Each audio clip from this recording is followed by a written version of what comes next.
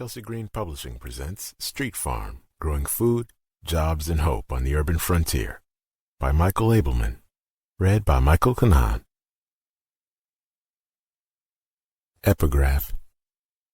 To the memory of my father, to my mother, to my wife Jean Marie, and my two sons, Benjamin and Aaron, and to every member of Soul Food's Downtown East Side crew who have inspired me with their courage and perseverance.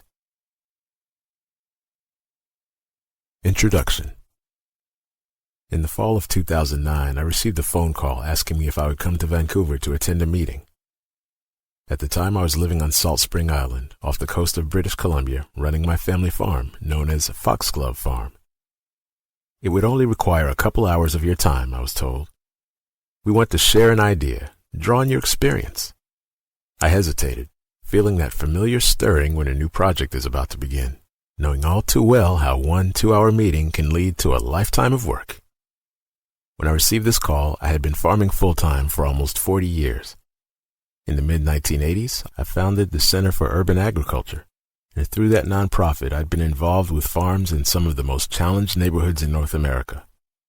I agreed to attend that meeting with folks from several nonprofits and social service organizations working on the city's downtown east side. They wanted to talk about growing fresh food and jobs for a neighborhood that needed both. One meeting led to another, and before long I'd partnered with Sean Dory, who was working with United We Can, a local organization that employed people from the neighborhood to clean up the streets and alleys and to recycle cans and bottles.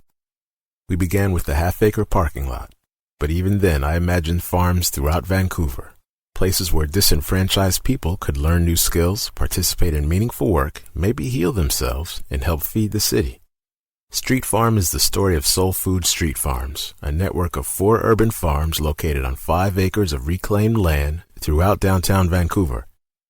We produce over 25 tons of fresh produce per year, including tree fruit from a large urban orchard, supply more than 30 area restaurants, sell at 5 Vancouver farmers markets, and operate a community-supported agriculture program.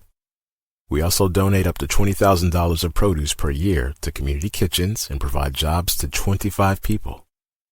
Central to our vision from the beginning has been a commitment to building a community with and for the people we've hired and trained, among them the poor and homeless, the drug-addicted and mentally ill.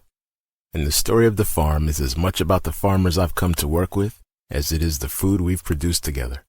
The narrative you're about to read recounts the founding and growth, in all its fits and starts, of this remarkable agricultural project. We've done good work, I think. We've made mistakes. You'll see all that in what's to come. Throughout my working life, I've found it's impossible to maintain the energy and the will a project like Soul Food requires without the belief that it will create positive change. But big ideas about what other people need can be dangerous. And I've learned from the people I work with to adjust my expectations and keep in check my illusions, even those I hold about myself, remembering that our little effort cannot resolve the core challenges that exist for those of inner-city Vancouver. In each chapter that follows, you'll meet some of the farmers I've worked with, some of the lives we've tried to reach by filling planters with soil and growing good food. Photographs of many of them appear throughout the book. This is their story as much as it is mine. And the success of our farms, which has been a profound inspiration to me, I owe to them. Throughout Street Farm, you'll also find many essays that bring together some of what I've learned over the last 4 decades about farming and urban agriculture, the soil and water, weeding and cultivation, our use of time and space, the importance of walking the land, and more.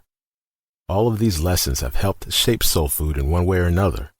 And as you'll see, I often find myself returning to them as I welcome new farmers into our community or remind those who have been with us for some time about the range of skills, the knowledge, the art, and the compassion it takes to feed a neighborhood.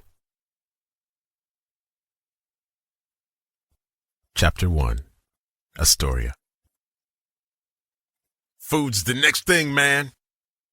I turned to see a local Hells Angel yelling to no one in particular, shaking the chain-link fence at our corner of Hawks and Hastings in Vancouver. He's looking into the parking lot where I'm working, now a verdant urban farm.